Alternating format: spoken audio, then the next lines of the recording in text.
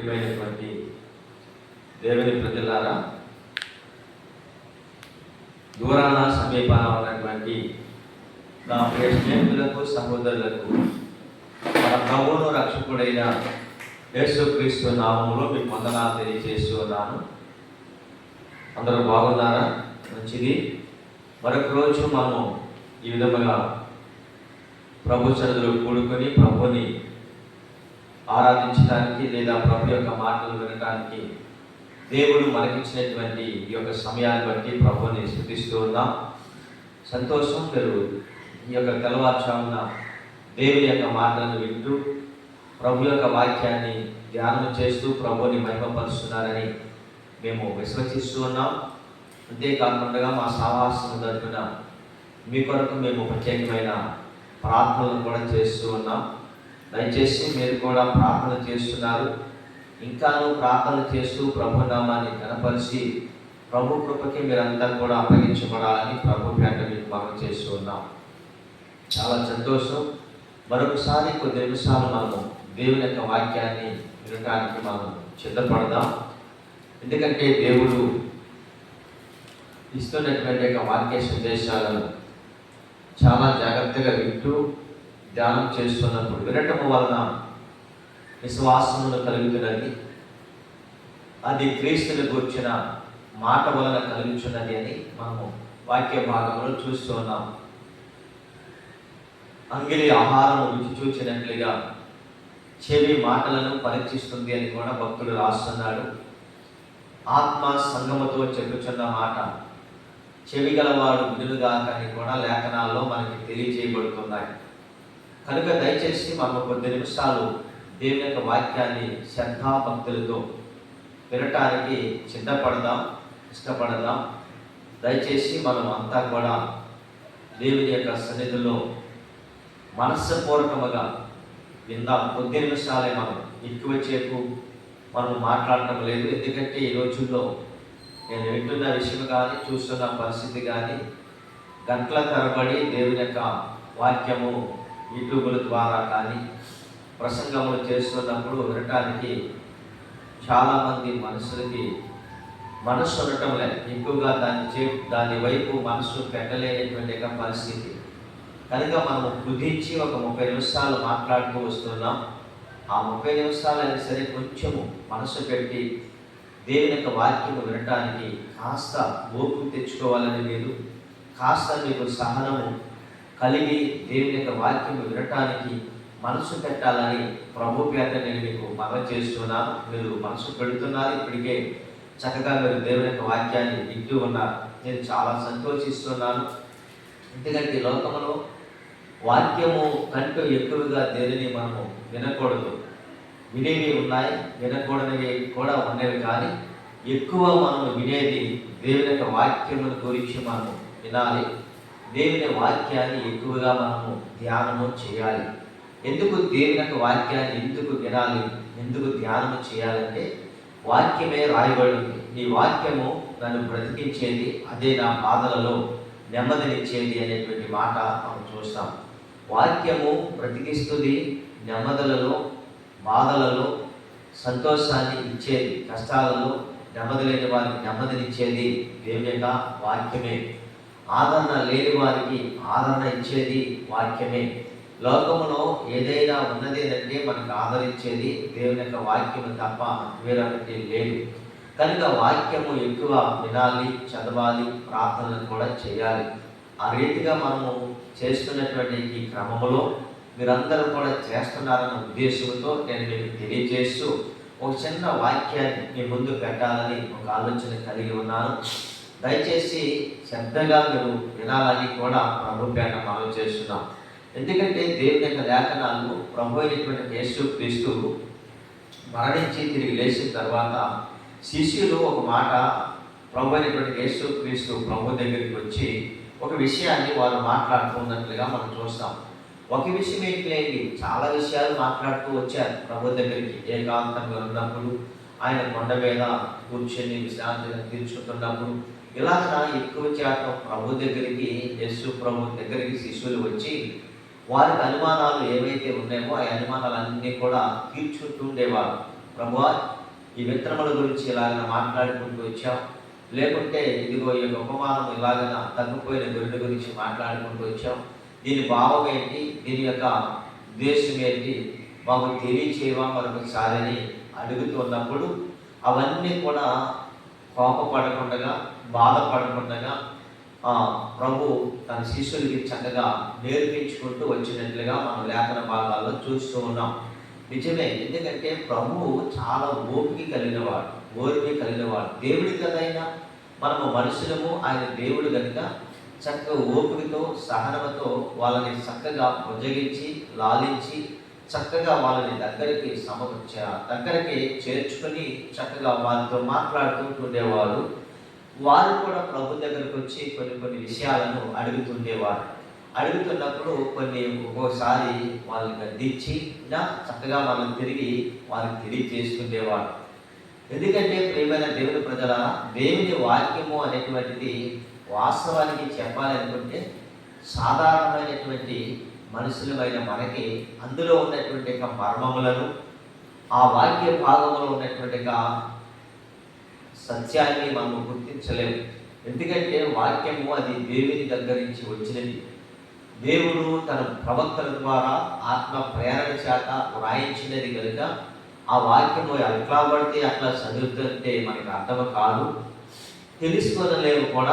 కొన్ని సందర్భంలోనేమో అదే వాక్యము మనల్ని బలహీనపరుస్తుంది, అదే వాక్యము మనల్ని బలపరుస్తూ ఉంటుంది.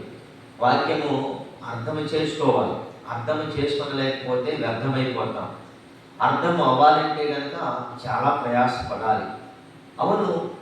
ప్రయాసపడాలి, ఎందుకంటే అర్థమయ్యేటట్లుగా మనకి కావాలంటే ప్రయాసపడాలి. అది అర్థమవడానికి వరకు ప్రభు దగ్గర మనము పశ్చాత్తాపము కలిగి మోకరించి విజ్ఞాపన చేసి ఉపవాసం ఉండి, ప్రభువా దీని యొక్క భావము మాకు అర్థం కావటం లేదు, మాకు మీరు దీనిని తెలియచేయండి అని ప్రభు దగ్గర అడిగితే ప్రభు ఖచ్చితంగా తప్పనిసరిగా ఆ విషయాలను ప్రభు మనకి తెలియచేయగలడు. ఎందుకంటే ప్రభుకి తెలుసు, ప్రభు అనంత జ్ఞాని కనుక ఆయన సమస్తమును ఆయన చేయగలడు, సమస్తమును ఆ విషయాన్ని మనకి బోధించగలడు. ఎందుకంటే మర్మములను బయలుపరచుట యెహోవా వశములో ఉన్నది అంటాడు. మరణము తప్పించుట యెహోవా వశములోనే ఉంది అని రాయబడింది. మర్మములు కూడా బయలుపరచుట యెహోవా వశమై ఉన్నది అంటాడు. వశమై ఉన్నది అంటే మర్మములు, అంటే ఈ మర్మములు తెలియచేయాలంటే దేవునికే సాధ్యం. అయితే ఇక్కడ ఏమీ లేదు, కానీ ప్రభు యేసుక్రీస్తు మరణించి తిరిగి లేచిన తర్వాత ఇంచుమించుగా 11 సార్లు శిష్యులకి ప్రత్యక్షమైనట్లుగా మనం చూస్తాం. ఈ 11 సార్లు ప్రత్యక్షమైనప్పుడు అనేకమైనటువంటి విషయాలు ప్రభు యేసుక్రీస్తు వారితో తెలియచేసుకుంటూ రావడమే కాకుండా వారు కూడా ఒక సందర్భంలో వారు ఏమన్నారంటే, ప్రభు ఈ కాలమందు ఇశ్రాయేలులకు రాజ్యమును మరలా అనుగ్రహించేదివా అని కూడా వారు అడిగారు. ప్రభు యేసుక్రీస్తు అపోస్తల కార్యము 1వ అధ్యాయం నుంచి ఈ 5వ అధ్యాయం వరకు కొన్ని విషయాలను వారితో మాట్లాడుకుంటూ వస్తున్నప్పుడు 6వ అధ్యాయంలోకి వచ్చేసరికి వీళ్ళకి రాజ్యముల గురించినటువంటి విషయము వీళ్ళకి అడగవలసినటువంటి అవసరత వారిలోనికి ఆలోచన వచ్చి ప్రభువుకి అడుగుతున్నారు. నిజమే, కొన్ని సందర్భాల్లో మనము కూడా కొంతమందితో మాట్లాడుతున్నప్పుడు వారి మాటకి మన మాటకి వ్యతిరేకంగా మాట్లాడే రీతిగా మనం ఉంటాం. వారు ఏ ద్వారంలో వెళ్తున్నారో ఆ ద్వారంలో మనము అర్థం చేసుకుని మాట్లాడాలి తప్ప వేరే ద్వారంలో మనం కొన్ని సందర్భాల్లో మాట్లాడుతుంటాం. అది వాళ్ళకి అర్థం కాదు. నేను మాట్లాడేది ఏంటో బాబు, నీవు మాట్లాడేది ఏంటి అని వాళ్ళు చాలామంది మాట్లాడుకుంటూ వస్తుంటారు. నిజమే, వాళ్ళకి ఎందుకంటే మరి జ్ఞానము లేక మాట్లాడతారో లేదా తప్పు మార్గంలోనికి వారిని మళ్ళించడానికి ఆ విధంగా మాట్లాడతారో మనకైతే అర్థం కాదు. కానీ కొంతమంది ఆ విధమైనటువంటి ఆలోచనలతో మాట్లాడుకుంటూ వస్తూ ఉంటారు. కానీ ఇక్కడ ప్రభు యేసుక్రీస్తు 1వ వచనంలో నుంచి 5 వచనాల వరకు తండ్రి చేసినటువంటి వాగ్దానం కొరకు మీరు కనిపెట్టుకోనండి అని ప్రభువు చెప్పుకుంటూ వస్తున్నాడు. అంతేకాకుండా ఆయన చెప్తున్న మాట, నేలతో యోహాను బాప్తిసం ఇచ్చాడు, కానీ కొద్ది దినములలోగా నేను పరిశుద్ధాత్మతో బాప్తిసం ఇస్తానని ప్రభు చెప్పుకుంటూ వస్తున్నాడు. యోహాను గారు నీళ్లతో మీకు బాప్తిసం ఇచ్చాడు, నేనైతే కొద్ది దినముల తర్వాత అగ్నితో బాప్తిసం ఇస్తానని ప్రభు యేసుక్రీస్తు మాట్లాడుకుంటూ వస్తుంటే, వీరేమన్నారు 6వ వచనంలోకి వచ్చేసరికి ప్రభువా ఈ కాలమందు ఏమంటారు వాళ్ళు, ప్రభువా ఈ కాలమందు ఆ ఇశ్రాయేలుకు రాజ్యమును మరలా అనుగ్రహించేదేవా. చూడండి ఎంత వ్యత్యాసముగా ఉన్నాయో మాటలు, అంటే అంత వ్యత్యాసంగా ఉంటాయి.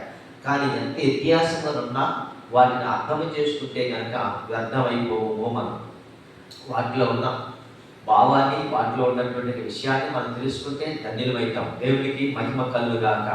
కనుక దయచేసి ప్రియమైన దేవుని ప్రజలారా, ప్రభువైన యేసుక్రీస్తేమో యోహాను గారు మీకు నీళ్లతో బాప్తిసం ఇచ్చాడు. కొద్ది దినములైన తర్వాత ఏం చేస్తారంటే మీరు పరిశుద్ధాత్మలోను బాప్తిసమును పొందెదరు, అంటే అగ్నితోను ఇచ్చేది. యోహాను నీళ్లతో బాప్తిసము ఇచ్చేను కానీ కొద్ది దినములలోగా మీరు పరిశుద్ధాత్మలో బాప్తిసము పొందుతారు అని మాట చెప్పుకుంటూ వస్తున్నాడు. ఆయన నీళ్లతో బాప్తిసం ఇచ్చాడు, పరిశుద్ధాత్మతో మీరు బాప్తిసమును పొందుకుంటారనే మాటని మాట్లాడుకుంటూ వస్తే వాళ్ళు ఏమంటున్నారంటే దేవుని వాక్యంలో కూడి వచ్చి అప్పుడు ప్రభువా ఈ ఆలమంది ఇశ్రాయేలుకు రాజ్యము మరలా అనుగ్రహించేదవా అంటే దేవుని లేఖనాల్లో ఒక విషయము కనబడుతూ ఉంటుంది. దీన్ని చాలా జాగ్రత్తగా మనం పరిచయం చేయాలి. వీళ్ళ హృదయం దేనితో నిండి ఉన్నది, రాజ్యము అని చెప్పాడు కదా ప్రభువు. ఆయన బ్రతుకున్న దినాలలో ఆయన సంచరిస్తూ మొదటిగా నా నీతిని, నా రాజ్యాన్ని వెతకమని చెప్పాడు కదా. నిజంగా మనము ఇప్పుడు ప్రభు మరణించి తిరిగి లేచాడు, మళ్ళీ ఇశ్రాయేలుకి కాలంలో రాజ్యం వస్తుందా అన్న దాని గురించి ఆయన మాట్లాడుకుంటూ వస్తున్నాడు. మన ఉద్దేశంతో వారు రాజ్యం గురించి అడుగుతున్నారు. క్రీస్తునందు ప్రేమైన దేవుని ప్రజలారా, అయితే మత్తయి సువార్తలో మాట్లాడుతుంది, హృదయము నిండిన దాన్ని బట్టి నోరు మాట్లాడుతుందంట. చూడండి, హృదయము నిండిన దాన్ని బట్టి నోరు మాట్లాడుతుందంట. అవును, మన హృదయము దేనితో నింపబడి ఉన్నదో దాన్ని బట్టే మనం మాట్లాడుతూ ఉంటాం. వీళ్ళ హృదయము దేనితో నింపబడి ఉన్నదంటే రాజ్యముల గురించి వీళ్ళు ఆలోచనలు కలిగి ఉన్నారు. వీళ్ళ హృదయం అలాగా నింపబడి ఉన్నది. అందుకనే దేవుని వాక్యంలో అంటున్న మాట, ప్రభువా ఈ కాలమందు ఇశ్రాయేలుకు రాజ్యమును మరలా అనుగ్రహించేదవా అంటుంటే ఆయన అంటున్నాడు, గ్రహించేదవా అనుగ్రహించేదవా అంటే ఆయన అడుగుగా ఆయన కాలములను సమయములను తండ్రి తన స్వాధీనం అందించుకొని ఉన్నాడు. వాటిని తెలుసుకుంటా మీ పని కాదు. కాలములు సమయములు నా తండ్రి స్వాధీనం ఉన్నాయి, అవి తెలుసుకుంటము మీ పని కాదు అని ప్రభు చెప్పాడు. చూడండి, ఎందుకంటే కాలాలు సమయాలు ఎవరి స్వాధీనంలో ఉన్నాయంటే దేనిని స్వాధీనంలో ఉన్నాయి. కాలము మన చేతుల్లో లేదు, సమయము మన చేతుల్లో లేదు. కాలము మనది కాదు, సమయము మనది కూడా కాదు. కాలము సమయము ఎవరి చేతిలో ఉన్నది అని ప్రభు యొక్క వాక్యములో చెబుతున్నాడంటే అది నా తండ్రి స్వాధీనంలో ఉన్నది, నా తండ్రి చిత్తంలో ఉన్నది. ఆ కాలం గురించి కానీ సమయం గురించి కానీ అది నా తండ్రి యొక్క చిత్తంలో ఉన్నది. ఆ తండ్రికి మాత్రమే తెలుసు. దానిని మీరు తెలుసుకుంటాం, వాటిని తెలుసుకుంటా మీ పని కాదు అని ప్రభు చెప్పాడు.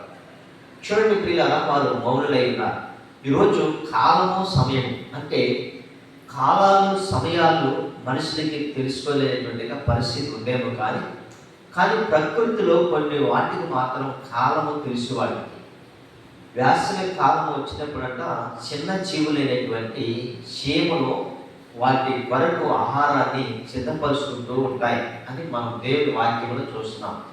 వేసవి కాలంలో ఆ చిన్న జీవులు, ఆ చీమలంట ఆహారాన్ని సిద్ధపరుచుకుంటూ ఉంటాయి వేసవి కాలంలో. అంటే కాలం గురించి వాటికి తెలుసు, సమయముల గురించి వాటికి తెలుసు. కానీ కాలములు సమయములను తెలుసుకున్నట మీ పని కాదు, వాటిని నా తండ్రి స్వాధీనంలో ఉన్నాయని ప్రభు చెప్పాడు. అయితే ఎందుకు ఈ విషయాలను నేను మీకు తెలియజేస్తున్నానంటే ఈ రోజుల్లో మనం కూడా కాలముల గురించి సమయముల గురించి తెలుసుకొనలేనటువంటి వారుగానే ఉంటున్నాం. ఎందుకంటే వాక్యంలో మాట ఉంది, మనకు అందరికీ తెలిసినటువంటి విషయం. వాక్యంలో ఉన్న మాటలు మనం తెలుసుకోవాలి. వాటిని తెలుసుకోకపోతే చాలా మనము ఏమైపోతామంటే వ్యర్థమైపోతాం. ఇశ్రాయేలు గురించి ప్రవక్త అయినటువంటి యెషయా గారు మాట రాస్తాడు. ఒక మాట ఏంటి, చాలా మాట రాస్తాడు కానీ ఒక మాట ఏమంటాడంటే మనం యెషయా గ్రంథం 1వ అధ్యాయము 3వ వచనంలో ఎద్దు తన కామందును ఎరుగుతుంది అన్నాడు. చూడండి, కాలం ఎరుగుతుంది. రెండవది తన యజమాని యొక్క దొడ్డిని కూడా అది తెలుసుకుంటూ ఉందంట. తన యజమాని యొక్క దొడ్డి లేకపోతే తన యజమాని యొక్క పాక తన యజమాని యొక్క ఇల్లు తెలుసుకుంటుందంట. అంటే కాలములు అనే దాని గురించి మాట్లాడుకుంటూ వస్తూ ఆ క్రమంలో ఈ మాటని నేను మీకు తెలియజేస్తున్నాను. అంటే అక్కడ రాయబడిన మాట, ఎద్దు తన కామందు నెరుగుతుంది అంటే తన సొంత యజమానిని ఎరుగుతుంది. తన సొంత యజమాని దొడ్డిని తెలుసుకుంటుంది, ఇల్లు కూడా తెలుసుకుంటుంది. ఏంటిది? ఇది ఎద్దు. ఇది ఒక ఎద్దు అండి, పశువు. అంటే పశువుకున్న జ్ఞానము ఇశ్రాయేలుకు లేదు అన్నట్లుగా ప్రభు ఉపమానము రీతిగా మాట్లాడుకుంటూ వస్తున్నాడు. నిజమే కదా? ఎద్దు తన కామందును ఎరుగును, గాడిద తన సొంత వారి దొడ్డి కూడా తెలుసుకుంటుంది. ఇశ్రాయేలులకు తెలివి లేదు, నా జనులు యోచించారు అంటున్నారు. అంటే ఇశ్రాయేలులకు ఏమి లేదంట? తెలివి లేదంట. ఇశ్రాయేలులకు తెలివి లేదు, వారు గ్రహించరు, వారు ఏమాత్రము కూడా తెలుసుకున్నారు. కనుక కాలములను సమయములను తెలుసుకున్నట మీ పని కాదు, అది నా తండ్రి స్వాధీనంలో ఉన్నది అని ప్రభు మాట్లాడుకుంటూ వస్తున్నాడు. ఈరోజు ప్రియమైన నా దేవుని ప్రజలారా, ఈరోజు ఇశ్రాయేలు ప్రజల వల్లనే మనము కూడా తెలివి లేని వారుగా, జ్ఞానం లేని వారుగా మనము బ్రతకకూడదు. దేవుడు మనిషికి జ్ఞానాన్ని, తెలివిని ఇచ్చాడు. తెలివిని బట్టి, జ్ఞానాన్ని బట్టి మనం నడిపించబడుతూ ఉన్నాం. అయితే ఎద్దు తన కామందుని ఎలాగైతే ఎరుగుతుందో, గాడిద తన సొంత వాళ్ళ దొడ్డు ఎలాగైతే తెలుసుకుంటుందో, అలాగే ఈరోజు ఇశ్రాయేలు ప్రజలు తెలుసుకోలేకపోతున్నారు. దేవుని కాలాల గురించి, దేవుని యొక్క నిర్ణయించిన సమయాల గురించి, దేవుడు ఏర్పాటు చేసిన ఆ విధిని, విధానాల గురించి, దేవుడిచ్చిన ఆజ్ఞలు, కట్టడలు, విధులు, విధానాలు, నిబంధనలు, వాటిని వారు తెలుసుకోలేకపోతున్నారు. కానీ ఇశ్రాయేలు ప్రజలు తెలుసుకోలేకపోతున్నారు. కానీ ఎవరు తెలుసుకుంటున్నారని మనం ఆలోచిస్తున్నప్పుడు, ఎద్దు అనగా పశువే కదండి. ఎద్దు అనగా పశువులు తెలుసుకుంటున్నాయంట. గాడిద కూడా తన సొంత వాని దొడ్డు తెలుసుకుంటుందంట. అది ఉదయము పలుపు విప్పగానే దొడ్డులో యజమానుడు, అది పొలం వెళుతుంది, అరణ్యానికి వెళుతుంది, ఎడారులకు వెళుతుంది. ఎక్కడికంటే వెళ్ళేవాడిని తిరిగి తిరిగి తిరిగి సాయంకాలానికి వరకు అది కడుపు నింపుకొని చక్క సమృద్ధైనటువంటి పచ్చిక బయలు అది వేసి కడుపు నిండా సమృద్ధైన ఆహారమును తిని మళ్ళా తిరిగి తన యజమాని యొక్క దొడ్డులోకి వస్తుంది. సమృద్ధైనటువంటి పాలు అది ఇస్తుంది. ఈరోజు మనిషి బయలు వెళుతున్నాడు, తిరిగి తన సొంత వాని దొడ్డి తెలుసుకునేపోతున్నాడు. ఏంటి తన సొంత వాని దొడ్డి అంటే? యజమాని ఇల్లు అంటే పరలోకం యొక్క తండ్రి యొక్క ఇల్లు గుర్తించలేకపోతున్నాడు సమాజానికి. కాలాలు, సమయాలు తండ్రి స్వాధీనంలో ఉన్నవి, వాటిని తెలుసుకున్నట మీ పని కాదు అని ప్రభు చెప్పినట్లుగా దేవుని వాక్యము వింటున్నటువంటి ప్రజలు ఏం చేస్తున్నారంటే ఆదివారం ఆరాధన మర్చిపోతున్నారు. వాళ్ళు ఇశ్రాయేలు ప్రజలు, మీరు కాదండి, ఇశ్రాయేలు ప్రజలు ఆదివారం వ్యాపారానికి వెళ్తారు, ఆదివారం ఆరాధన మర్చిపోతారు. ఇంటి పనులు, వంట పనులు, ఇంకా రకరకాలైనటువంటి పనులు, నియమము కోటాలకి లేకుంటే క్రమము తప్పకుండా విశ్రాంతి దినాలలో 6 దినాలు మీరు కష్టపడండి, 7వ దినమున ప్రభు మందిరానికి రండి అని ప్రభు యొక్క వాక్యములో రాయబడిన మాటలు బట్టి తెలియజేస్తే వాళ్ళు ఏం చేస్తున్నారంటే ఆదివారాలు కూడా మర్చిపోయి, అంటే విశ్రాంతి దినములో కూడా మర్చిపోయి, శనివారం కాలంలో విశ్రాంతి దినములో కూడా మర్చిపోయి, అంటే సొంత దొడ్డిని మర్చిపోయి, తన యజమాని యొక్క ఇల్లు మర్చిపోయి వారు అక్కడక్కడ తిరగటము అలాగే చేయటం పరిస్థితులే ఉన్నాయి. అందుకనే దాన్ని బట్టి ప్రవక్త ఏమన్నాడంటే, ఎద్దుకైనా తెలుస్తున్నది తండ్రి ఇల్లు, గాడిదకైనా తెలుస్తున్నది సొంత వారి దొడ్డి, కానీ నా జనులకైతే ఏమీ లేదు అంటున్నాడంటే దేవుని వాక్యంలో తెలివి లేదు, నా జనులు అసలు యోచించలేకపోతున్నారు. ఎందుకంటే అదే రోజు వారు ఏం చేస్తున్నారంటే వారి యొక్క ఆ ప్రభు యొక్క మందిరానికి రాకుండా వారు నిర్లక్ష్యం చేస్తున్నారని దేవుని యొక్క వాక్యంలో ప్రభు వారికి తెలియజేస్తున్నారు. అందుకనే ఇక్కడ కాలముల గురించి, సమయముల గురించి మాట్లాడుకుంటూ వస్తున్నాడు. కాలములను, సమయములను తండ్రి తన స్వాధీనం అందించుకొని ఉన్నాడు, వాటిని తెలుసుకున్నట మీ పని కాదు అన్నాడు. అంటే నిజమే, వాటిని తెలుసుకున్నట మీ పని కాదు అని మాట్లాడుకుంటూ వస్తున్నాడు. ఇక్కడ ఒక విషయాన్ని మీరు జ్ఞాపకం చేస్తున్న దాని గురించి ఏంటంటే కాలము, సమయాలు మనం ఖచ్చితంగా తెలుసుకోవాలి.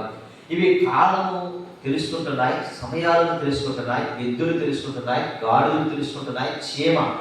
ఏమంటే ఒక చిన్న జీవి, అల్పజీవి భూమి మీద తిరుగుతున్నా మనం పాదం వేస్తే చనిపోతుందని ఊపిరి అందకుండా, అది వేసవి కాలము అనేటువంటి మాట మనము ఎస్ఏకన్నాం. క్షమించండి, సామెతల గ్రంథంలో చూస్తాం, వేసవి కాలంలో అవి ఆహారాన్ని కూర్చుంటూ ఉంటాయంట. చూడండి, ఈ చీమలకి, ఎద్దులకి, గాడిదలకి ఎంత జ్ఞానాన్ని దేవుడు ప్రభు ఇచ్చాడంటే అంత జ్ఞానాన్ని వాటికి ఇచ్చాడు. కానీ మనుషులుగా, ఇశ్రాయేలుగా వారు ఏమాత్రం కూడా ఏమైపోతున్నారంటే తెలివి లేని వారిగా, జ్ఞానం లేని వారిగా, ఆలోచించిన వారిగా, వారు దేవుని యొక్క సమయం ఇవ్వక దేవునికి, అలాగే కాలం ఏదో తెలియక, ఇది ఏ కాలమో తెలియక ప్రభువు యొక్క సన్నిధికి వెళ్ళే రోజా లేకుంటే కాదా అన్న విషయాన్ని వాళ్ళకి అర్థం కాకుండా కానీ వ్యర్థముగా వారు కొన్ని సంవత్సరాలే దేవుని మందిరానికి దూరం అయిపోయి బానిసత్వాన్ని అనుభవించేటువంటి పరిస్థితులు వాళ్ళకి వచ్చినట్లుగా మన లేఖనాల్లో మనం చూస్తున్నాం. ఈ దినాల్లో కూడా చాలా మంది ప్రియమైన నా దేవుని ప్రజలారా, పూర్వకాలం నుంచి 25-30 సంవత్సరాల నుంచి ఉన్నటువంటి క్రైస్తవ విశ్వాసులని నేను ఇప్పుడు చూస్తున్నాను. చాలా చోట్ల నేను వారి గురించి ప్రార్థన చేస్తున్నాను, వారు కూడా ప్రార్థన చేయమంటే చేస్తున్నాం. 2 సంవత్సరాల విశ్వాసం అంటే నేను అయితే మొదట్లో నాకున్నటువంటి అభిషేకము, నాకున్నటువంటి ఆత్మ తీవ్రత, అంత ప్రేరేపణ, చక్కగా ప్రార్థన, వాక్యము చదవటము, ముఖాల మీద నుండి ఎన్నో గంటల సేపు ప్రార్థించే అనుభవాలు నాకు కలిగి ఉన్నాయండి. కానీ రాను రాను ఇప్పుడు పరిస్థితి చూస్తే అవన్నీ కూడా కోల్పోయానండి అని మాట్లాడుతున్నటువంటి వారు చాలామంది ఉన్నారు. అయితే నా సొంత వారిని దొడ్డి నేను తెలుసుకోలేకపోతున్నాను, మర్చిపోతున్నాను, ఆరాధన వెళ్ళలేకపోతున్నాను, వ్యాపారం యొక్క సమస్యలు ఎక్కువైపోతున్నాయి కనుక నా ఇంట్లో బాధ్యతలు, భారాలు ఎక్కువైపోవడం ద్వారా ప్రభు మందిరానికి వెళ్ళలేకపోతున్నాను, ఆదివారం కూడా నాకు గుర్తుండట్లేదండి అనేటువంటి వారు చాలామంది లేకపోలేదు. కానీ ఇక్కడ చెప్తున్న మాట తెలిస్తే ఎద్దు తన కామదుని ఎరుగుతుంది అంటే సొంత యజమాను దొడ్డిని తెలుసుకుంటుంది, సొంత యజమాని యొక్క ఇల్లు తెలుసుకుంటుంది, తిరిగి సాయంకాలానికి ఇంటికి వస్తుంది. కానీ నువ్వు 6 దినాలు కష్టపడుకో, వ్యాపారం చేసుకో, కానీ 7వ రోజున విశ్రాంతి దినము, అది కనుక ఖచ్చితంగా ప్రభు సమయము కనుక, ప్రభు కాలము నిర్ణయించినటువంటి కాలము కనుక, ఆ సమయము, ఆ కాలము ఖచ్చితంగా ప్రభు చెందికి నీవు రావాలి అని ప్రభు వాక్యంలో మనం చూస్తున్నాం. కానీ ఇంకొక విషయాన్ని జ్ఞాపకం చేసి నేను ముగిస్తాను. ఇర్మియా గ్రంథంలో కూడా 7వ అధ్యాయము 7వ వచనంలో కూడా ఒక చిన్న మాట మనం జ్ఞాపకం చేసి ఈరోజు ఆ విషయాన్ని మనం ముగించుకుందాం. చూడండి, 7వ అధ్యాయంలో 7వ వచనం కూడా ఒకసారి మనం ధ్యానం చేద్దాం, శ్రద్ధగా మనం విందాం. చూడండి, ఆకాశములకు ఎగురు సంఘబుడ్డి కొంగయ్యను, తన కాలము నెరుగును, తెల్ల గువయు మంగళ కత్తి పెట్టయు ఓదే కొరుకును, తాము రావలసిన కాలమును ఎరుగును. అయితే నా ప్రజలు యెహోవా న్యాయ విధిని ఎరుగురు. చూడండి, దేవుని ప్రజలు న్యాయ విధిని ఎరుగుటం లేదు. ప్రజలు న్యాయ విధిని తప్పుకుపోతున్నారు. విధి విధానాలన్నీ కూడా వాళ్ళు కోల్పోయేటువంటి పరిస్థితి. ఆకాశంలో ఎగురుతున్నటువంటి పక్షులు కూడా దేవుని యొక్క వాక్యంలో చెప్తున్న విషయం ఏంటంటే 7వ వచనంలో, ప్రియులారా, సంగుబుడ్డి కొంగయ్యను తన కాలము ఎరుగుతుందంట. ఏమెరుగుతున్నది? అవును, ఇప్పుడు వేసవి కాలం అనుకునండి. ఉదాహరణకి ఏంటి? వేసవి కాలమే. ఈ వేసవి కాలంలో ఆకాశంలో ఎగురుతున్న పక్షులు ఏం చేస్తాయో మనకు అందరికి తెలుసు. అటు తిరిగి ఆ చిన్నటువంటి ఆ యొక్క గడ్డి పరకలు, అలాగే ఇంకా ఏవో చిన్న తుప్పలు అవన్నీ ఏరుకొని ఆ పక్షులు ఏం చేస్తాయంటే ఏదో ఒక చెట్టుని ఆసరాగా తీసుకొని ఆ చెట్టు మీద కాస్త గూళ్ళు పెట్టుకొని అవి నివాసము తయారు చేసుకుంటూ ఉంటాయి ఈ రోజుల్లో. వాస్తవమే, కానీ ఇక్కడ చెప్తున్న మాటలు ఏంటంటే అవైనా ఎరుగుతున్నాయంట, తన కాలం ఎరుగుతున్నాయి. తెల్ల గువయు మంగళ కత్తి పెట్టయు ఒదే కొరుకును, తాము రావలసిన కాలములు అంటే తాము రావలసిన కాలం అంటే ఉదయము గూడె విడిసి ప్రయాణం చేస్తున్నాయి. గూడె విడిసి ప్రయాణం చేస్తున్న ఇవి మళ్ళందరికీ సాయంకాలానికి అయినా సరే అక్కడ అంటున్న మాటలు అవి రావలసిన కాలం, తాము రావలసిన కాలము ఏం చేస్తాయంటే ఎరుగుతున్నాయి. పొద్దుగుతుంది, మనం ఇంటికి వెళ్ళాలి, పొద్దుగుతుంది, మన నివాసానికి వెళ్ళాలి, కాలము సమీపిస్తున్నది, రాత్రి అయిపోతుంది, మళ్ళీ తిరిగి మనం ఇంటికి వెళ్ళాలి, మన నివాసానికి వెళ్ళాలి, మన గూటికి వెళ్ళాలి, మన గూడు కట్టుకోవాలి, మన కాలము సమీపించేస్తున్నది, మన సమయము సమీపించేస్తున్నది అన్న విషయాలు ఎద్దులు తెలుసుకుంటున్నాయంట, గాడులు తెలుసుకుంటున్నాయంట, సంగుబుడ్డి కొంగ తెలుసుకుంటుందంట, తెల్లగువ్వ తెలుసుకుంటుందంట, ఓదే కొనుక్కును పిట్ట కూడా తెలుసుకుంటుందంట, మంగళ కత్తి పిట్ట తెలుసుకుంటుందంట. కానీ నా జనులకు తెలివి లేదు. అంతేకాదు అక్కడ ఏమన్నా తెలుసా, నా ప్రజలు యెహోవా న్యాయ విధిని వారు ఎరగలేకపోతున్నారు, ఎరుగరు అంటే తెలుసుకున్నారు.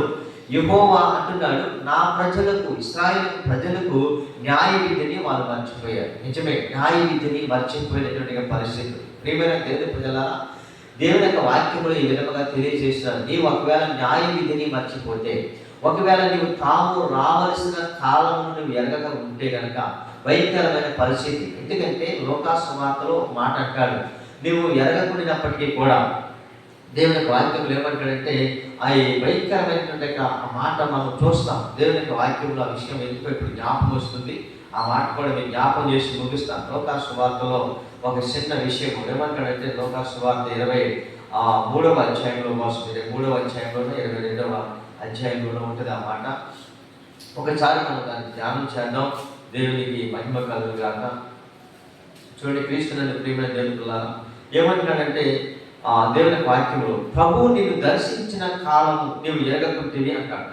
ప్రభువు నిన్ను దర్శించిన కాలం అంటే 19వ అధ్యాయంలో ప్రభువు నిన్ను దర్శించిన కాలము. చూడండి ప్రియమైన దేవుని ప్రజలారా, ప్రభువు నిన్ను దర్శించిన కాలము నువ్వు ఎరగకుంటివి కనుక నీ శత్రువులు నీ చుట్టూ గట్టి కట్టి ముట్టడి వేసి అన్ని ప్రక్కలను నిన్ను అరికట్టి నీలో ఉన్న నీ పిల్లలతో కూడా నిన్ను నేల కలిపి నీలో రాతి మీద రాయి నిలిచిందని దినములు వచ్చునని చెప్పాను కదా. చూడండి దేవుని వాక్యం కాలములను అంటే కాలములు సమయములు ఏది ఎరుగుతున్నాయి అంటే ఆకాశంలో ఎగురుతున్న పక్షులు తెలుసుకుంటున్నాయి. ఏమండి, తర్వాత మనకి అరణ్యంలో మృగాలు తెలుసుకుంటున్నాయి, ఎద్దులు అలాగనే గాడులు తెలుసుకుంటున్నాయి. కానీ నా ప్రజలు లేకుంటే నేను నియమించిన ఈ ప్రజలకి ఆ కాలంలో తెలుసుకోలేకపోతున్నారు, ఆ సమయాలను తెలుసుకోలేకపోతున్నారు, చేతుల్లో వారు పడిపోతున్నారు అన్నటువంటి విషయాన్ని ఇక్కడ ప్రభువైన యేసుక్రీస్తే యెరూషలేము పట్టణానికి ఆయన ప్రవేశించినప్పుడు ఈ మాట తెలియజేసుకుంటూ వస్తున్నారు. ఇప్పుడైనా ప్రియమైన దేవుని ప్రజలారా, ఒకసారి ఆకాశంలో ఎగురుతున్న పక్షులు తెలుసుకుంటున్నాయి కాలము సమయముల గురించి, అలానే అరణ్యంలో తిరుగుతున్న ఆ యొక్క పశువులు తెలుసుకుంటున్నాయి, కానీ సొంత వారి దొడ్డి గురించి నీవు ఈరోజు దేవుని మంత్రిముల గురించి ఒక అవగాహన ఉందా అంటే లేదు. కనుక మళ్ళీ తిరిగి నువ్వు తెలుసుకో.